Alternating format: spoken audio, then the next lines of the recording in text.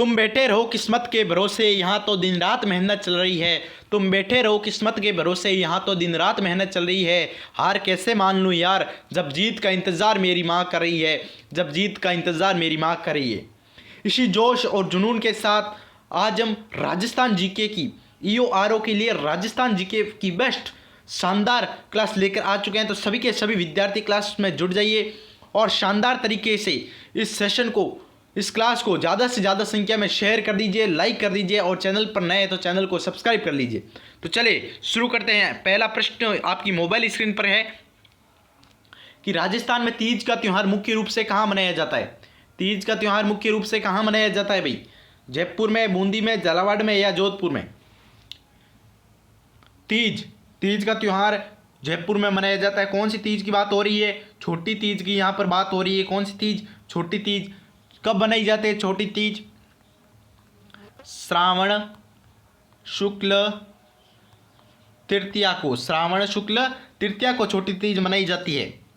हाँ भाई, और अगर पूछ ले कि सातुड़ी तीज या कजली तीज वो कब मनाई जाती है? बड़ी तीज वो मनाई जाती है कब? भाद्रपद शुक्ल तृतीया को वो मनाई जाती है, भाद्रपद शुक्ल तृतीया को। कहाँ मनाई जाती है? वो कहाँ की प्रसिद्ध है? वो बूंदी की प्रसिद्ध हो जाएगी सातुड़ी तीज। ठीक है भाई। चलिए, राज्य मानवाधिकार आयोग के अध्यक्ष कौन है? राज्य मानवाधिकार आयोग के अध्यक्ष कौन है? अरुण कुमार मिश्रा, गोपाल कृष्ण व्यास, कांता कुमारी भट्टानागर या इनमें से कोई नहीं? राज्य मानवाधिकार आयोग जिसकी स्थापना हुई थी कब? 18 जनवरी 1999 को जिसकी स्थापना हुई थी। कहाँ पर हुई थी? जयपुर में इसकी स्थापना हुई थी राज्य मानवाधिकार आयोग की। इसके प्रथम अध्यक्ष की बात करें तो प्रथम अध्यक्ष थी वो थी कांता कुमारी भट्टानागर। ये क्या थी? प्रथम अध्यक्ष थी कांता कुमारी भट्टानागर। लेकिन अब वर्तमान अध्यक्ष की बात करें तो वो कौन है भाई? वो है गोपाल कृष्ण व्यास।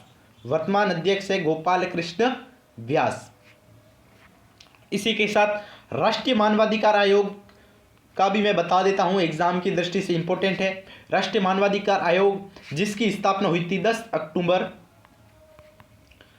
1993 को। 1993 को इसकी स्थापना हुई थी। प्रथम अध्यक्ष थे इसके वो थे रंगनाथ मिश्रा। रंगनाथ मिश्रा तो जो थे वो थे इसके प्रथम अध्यक्ष। और वर्तमान अध्यक्ष है वो है अरुण कुमार मिश्रा। अरुण कुमार मिश्रा जिसके क्या है? वर्तमान अध्यक्ष है। बूंदी के तारागढ़ किले का निर्माण किसने करवाया था? बूंदी के तारागढ़ किले का निर्माण किसने करवाया था भाई? बहुत अच्छा प्रश्न है, बताइए, कमेंट कीजिए।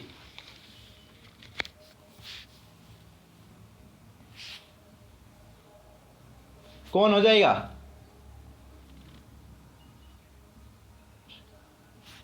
बरसिंह आड़ा हो जाएगा। कौन? रावदेवा सिंह। रावदेव आड़ा, सिंह नहीं होगा, देव आड़ा हो जाएगा। रावदेव आड़ा 1354 में। और यहीं पर देवपुरा ग्राम के निकट विशाल 84 खंभों की छतरी भी यहीं पर है। 84 खंभों की छतरी की बात करें वो भी कहाँ पर है? बूंदी में है। 84 खंभों की छतरी जिसका निर्माण करवाया था राजा अनिरुद्ध सिंह ने अपने धा भाई देवा की स्मृति में 1683 में इसकी क्या हुई थी? निर्माण हुआ था। और भीम बुर्ज पर गर्भ गुंजन तोप भी इसी किले में रखी हुई है। इस किले के 3 प्रवेश द्वार है। कौन कौन से? लक्ष्मी पोल, फूल दरवाजा और गागुड़ी का फाटका। चलिए, निम्नलिखित में से किस ताप विद्युत परियोजना में सबसे अधिक स्थापित बिजली है? सबसे अधिक बिजली की बात करें तो कोटा हो जाएगा क्या? नहीं, कोटा में तो 1240 मेगावाट है। कोटा में तो 1240 है। फिर काली सिंध की बात करें तो काली सिंध जो कि झालावाड़ में है। कहाँ पर है? झालावाड़ में है। कितना मेगावाट है इसका? तो केवल 1200 ही है, 1200 मेगावाट है। फिर आते हैं छाबड़ा पर। छाबड़ा जो कि सर्वाधिक है, कितना है रे छाबड़ा का? 2320 मेगावाट। तो अपना आंसर क्या हो जाएगा? छाबड़ा हो जाएगा। फिर सूरतगढ़ की बात करें, सूरतगढ़ कितना हो जाएगा भाई? ये सूरतगढ़ हो जाएगा 1500 मेगावाट। एक भाई इंपॉर्टेंट बात बता दूं कि गुरुजी बता दो कि राजस्थान का पहला super critical thermal power plant, Rajasthan का पहला super critical thermal power plant ये कहाँ पर है? ये छाबड़ा में है। कहाँ पर? छाबड़ा। चलिए, राजस्थान के किस स्थल से कुंड हल रेखा के अवशेष मिले हैं? कुंड और हल रेखा के अवशेष ये कालीबंगा सभ्यता से मिले हैं। कालीबंगा वर्तमान में कहाँ पर है? वर्तमान में है गुरुजी हनुमानगढ़ में। हनुमानगढ़ में कौन सी नदी के तट पर? घग्गर नदी, जिसका प्राचीन नाम था सरस्वती नदी के तट पर ये स्थित है कालीबंगा सभ्यता। खोज की थी इसकी अमलानंद घोष ने। अमलानंद घोष ने इसकी क्या की थी? खोज की थी। कब की थी? 1952 में। चलिए भाई, राजस्थान का सबसे प्रमुख जल दुर्ग है। सबसे प्रमुख जल दुर्ग की बात करें तो वो हो जाएगा गागरोन का दुर्ग। कौन सा? गागरोन, जो कहाँ पर है? जो झालावाड़ में है। कहाँ पर? झालावाड़ में है। इसका निर्माण किसने करवाया? इसका निर्माण 12वीं सदी में बीजल देव सिंह डोड ने इसका निर्माण करवाया था। किसने? बीजल देव ने। बीजल देव ने इसका क्या किया था? निर्माण क्या करवाया था 12वीं सदी में। कौन सी नदियों के संगम पर है? ये आहू और काली सिंध नदियों के संगम पर है। आहू और काली सिंध इन नदियों के संगम पर स्थित है। इसे 2013 में पहाड़ी किले के हिस्से के रूप में यूनेस्को की विश्व धरोहर स्थल में नामित किया गया था। ठीक है, चलिए भाई अगला, सलादीपुरा सीकर में किस खनिज का उत्खनन कार्य किया जाता है? किस खनिज का भाई किया जाता है? यहाँ पर किया जाता है पाइराइट्स का। किसका? पाइराइट्स का। जयसिंह को मिर्जा राजा की उपाधि किसने दी थी? जयसिंह को मिर्जा राजा की उपाधि किसने दी थी भाई? तो वो दी थी शाहजहां ने। कब दी थी? 1637 में। 1637 शाहजहां ने दी थी। राजस्थान पुलिस का ऑपरेशन आग किससे संबंधित है? अवैध हथियारों से, नशा मुक्ति अभियान से, हथकढ़ शराब के खिलाफ या अवैध डोडा पोस्ट के खिलाफ? ये है भाई अवैध हथियारों से। किससे? अवैध हथियारों के खिलाफ। दूध व खारा किसान आंदोलन किस राज्य से संबंधित था? दूध व खारा किसान आंदोलन, हाँ भाई 1942 में ये आंदोलन एक महत्वपूर्ण आंदोलन था। कब? 1942 में। 1942 में ये आंदोलन एक महत्वपूर्ण आंदोलन था। इस आंदोलन को नेतृत्व करने वाले कुछ लोग थे, जिनमें हनुमान सिंह बुडानिया और न्योला राम जरिया थे। हनुमान सिंह और न्योला राम इसके कुछ महत्वपूर्ण नेतृत्वकर्ता थे। और ये बीकानेर का आंदोलन था। कहाँ का? बीकानेर का।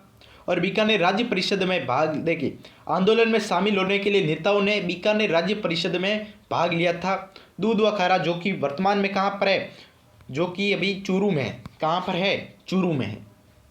चलिए भी, गोगा जी का शीर्ष स्थान कहाँ स्थित है? गोगा जी का शीर्ष स्थान कहाँ पर है भाई? बताइए, सबको आना चाहिए। गोगामेडी, कोड़ूमंड, ददरेवा, सांचोर। गोगामेडी? अरे नहीं रे, गोगामेडी में तो नहीं है। गोगामेडी में तो भाई समाधि है, समाधि स्थल कह सकते हैं। समाधि स्थल है वो है गोगामेडी हनुमानगढ़ में। देखिए गोगा जी, इनके बारे में थोड़ी जानकारी प्राप्त करते हैं अपन। थोड़ा इनका परिचय भी पढ़ देते हैं, बता देता हूँ। गोगा जी का जन्म हुआ था 1003 ईस्वी में। 1003 ईस्वी में ददरेवा चूरू में इनका क्या हुआ था? जन्म हुआ था। पिता का नाम था राजा जेवर, माता का नाम था रानी बाछल। पत्नी जो थी इनकी वो थी कोमल दे। कुल था इनका नागवंशी चौहान कुल। घोड़ा था नीला घोड़ा। और अन्य नाम था जाहिर पीर, गोगा पीर, नागराज, सांपों के देवता इनके क्या थे, अन्य नाम थे। इन्हें गोरखनाथ और महमूद गजनवी के समकालीन माना जाता है। याद रखना, इम्पोर्टेंट प्रश्न यहीं से बनता है। घोगा जी को गोरखनाथ और महमूद गजनवी के समकालीन माना जाता है। इनका जो समाधि स्थल है वो है गोगामेड़ी हनुमानगढ़ में। और गोगामेड़ी हनुमानगढ़ में इनके मंदिर का निर्माण करवाया था महाराजा गज सिंह ने। ठीक है, इनके मंदिर का मुख्य आकर्षण है जो कि है मकबरे नुमा आकृति और ड्योडी पर बिस्मिल्लाह चित्रांकन। इनका मेला लगता है जो लगता है गोगामेड़ी और ददरेवा दोनों जगह इनका मेला लगता है। कब लगता है? भाद्रपद कृष्ण नवमी को। भाद्रपद कृष्ण नवमी को इनका क्या लगता है? मेला लगता है भाई। और थान इनका होता है वो गांव में खेजड़ी वृक्ष के नीचे होता है। इनका पूजा प्रतीक है जो है अश्वारोही भाला लिए योद्धा के रूप में अथवा सर्प के प्रतीक के रूप में इनकी पूजा की जाती है। इनकी फड़ है,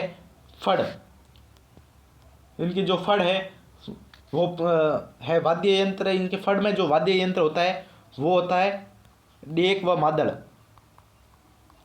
ये इनके फड़ में वाद्य यंत्र प्रयोग किया जाता है। और इनका भक्ति गीत है वो है पीर के सोले। पीर के सोले इनका क्या है? भक्ति गीत है। और एक गोगा राखड़ी भी बोलते हैं। अच्छी फसल के लिए किसान द्वारा 9 गांठ वाली राखड़ी जो राखी होती है वो हल और हाली पर बांधी जाती है जिससे गोगा राखड़ी कहते हैं। चलिए भाई, कंफर्म हो गए सबके? कोई डाउट हो तो कमेंट बॉक्स में कमेंट कर देना, आपको 101% सॉल्यूशन दिया जाएगा। अमीर महाकाव्य के अनुसार युद्ध में सफलता की आशा न रहने के कारण अमीर ने अपना शीश काट कर किसे अर्पित किया? किसे अर्पित किया भाई? अमीर महाकाव्य के अनुसार अमीर ने, देखिए अमीर महाकाव्य की बात करें तो इसकी रचना की थी वो की थी नयन चंद्र सूरी ने। नयन चंद्र सूरी ने इसकी क्या की थी? रचना की थी। संस्कृत भाषा के है ये। कैसी भाषा है? इसमें संस्कृत भाषा है। इसके अनुसार भगवान शिव को अमीर ने अपना शीश काट कर अर्पित किया था। किसे? भगवान शिव को। अकबर ने महाराणा प्रताप को समझाने के लिए सर्वप्रथम किस राजदूत को भेजा था?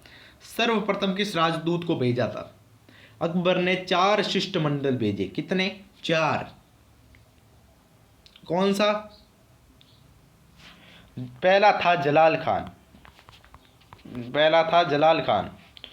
दूसरा कौन था? दूसरा था मान सिंह। तीसरा कौन था? तीसरा था भगवंत दास। और चौथा कौन था? चौथा था जोखा टोडरमल। चौथा कौन था? टोडरमल। 4 शिष्टमंडल भेजे थे जिसमें से पहला अपना कौन सा हो जाएगा? जलाल खान हो जाएगा। चलिए भाई, राणा सांगा की छतरी कहाँ बनी हुई है? राणा सांगा जिनकी छतरी है भीलवाड़ा में, भीलवाड़ा मंडलगढ़ में इनकी क्या है? छतरी स्थित है। इनकी मृत्यु हुई थी 30 जनवरी 1528 को। 30 जनवरी 1528 को इनकी क्या हुई थी? मृत्यु हुई थी।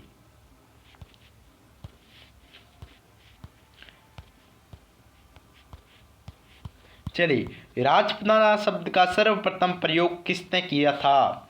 राजपुताना शब्द का प्रथम प्रयोग बात करें तो वो क्या था? जॉर्ज थॉमस ने। किसने? जॉर्ज थॉमस ने। 20 मार्च 2023 को Rajasthan IT mega job fair का आयोजन कहाँ किया गया? इसका आयोजन हुआ था 19, 20 और 21 मार्च को। इसका क्या हुआ था? आयोजन हुआ था Rajasthan IT mega job fair. Current का क्वेश्चन है तो भी इसका आंसर बता देते हैं। इसका आंसर हो जाएगा जयपुर। क्या हो जाएगा? जयपुर। संत भूरीबाई अलग का कार्य क्षेत्र था। भूरीबाई अलग इनका कार्य क्षेत्र था वो था मेवाड़। कहाँ का था? मेवाड़ का था। आर्य समाज का वैदिक यंत्रालय कहाँ स्थापित किया गया था? आर्य समाज का वैदिक यंत्रालय ये भाई बात करें तो अजमेर में। जिसको छापा खाना वैदिक यंत्रालय कहते हैं। क्या कहते हैं? छापा खाना वैदिक यंत्रालय। ठीक है भाई, चलिए। आर्य समाज की स्थापना किसने की रे? कि गुरुजी महर्षि दयानंद सरस्वती ने 1875 में, और वैदिक यंत्रालय इसकी स्थापना 1880 में। ठीक है। इनमें से किस जिले में चावल का उत्पादन होता है? चावल का उत्पादन भाई राजस्थान में कहाँ पर होता है सर्वाधिक? बात करें तो वो होता है बूंदी में। कहाँ पर होता है? बूंदी में। राजस्थान में स्वतंत्रता संग्राम का भामाशाह किसे कहा जाता है? स्वतंत्रता संग्राम का भामाशाह किसको कहते हैं? दामोदर दास राठी को। किसको? दामोदर दास राठी को। निम्न में से मरु केसरी किसे कहा जाता है? मरु केसरी किसे कहा जाता है? मरु केसरी की बात करें तो ये कहते हैं दुर्गादास राठौड़ को। किसको? दुर्गादास राठौड़ को। आज़ादी से पहले राजस्थान का क्षेत्र कहलाता था। राजस्थान का क्षेत्र आज़ादी से पहले क्या कहलाता था? राजपुताना। सबको आना चाहिए, इजी प्रश्न ही था। राजपुताना। मांदलिया पहना जाता है। मांदलिया जो कि स्त्रियों द्वारा गले में पहना जाता है। ये रहा ऑप्शन नंबर बी, महिलाओं द्वारा गले में। 2011 की जनगणना के अनुसार राज्य में सर्वाधिक साक्षरता वाला जिला कोटा, जिसे क्या कहते हैं? शिक्षा नगरी भी कहते हैं। जिसको शिक्षा नगरी भी कहते हैं कोटा को। कितना था रे? 76.6%। ठीक है भाई, 76.6%। और राजस्थान की साक्षरता दर क्या थी? राजस्थान की पूछ ले तो वो थी 66.11%। राजस्थान की 66.11%। और सबसे कम साक्षरता वाला जिला, ये तो सर्वाधिक पूछ रहा है यहाँ पर। ये तो यहाँ पर क्या पूछ रहा है? सर्वाधिक कोटा है। लेकिन न्यूनतम पूछ ले तो भाई न्यूनतम वो बात करें वो हो जाएगी जालोर की। न्यूनतम हो जाएगी जालोर की। कितनी थी? 54.9%। 54.9%। और 2011 के अनुसार महिला साक्षरता दर कितनी थी? महिला साक्षरता दर थी 52.12%। और पुरुष साक्षरता दर थी वो थी 79.19%। ये तो थी महिला और ये थी पुरुष की। ठीक है भाई, चलिए आज के लिए इतना ही। फिर मिलते हैं एक नेक्स्ट क्लास में। तब तक के लिए जय हिंद जय भारत। चैनल को सब्सक्राइब करना मत भूलना, याद से करो भाई। इतना अच्छा अगर मैंने आपको कंटेंट दिया है, अगर आपको लगे कि सर ने अच्छा पढ़ाया हो तो ही सब्सक्राइब करना, वरना ना करें। ठीक है भाई, लेकिन अब आपका फ़र्ज बनता है सब्सक्राइब करना, तो आप कीजिए। और शेयर करना तो भूलना ही मत। Thank you so much.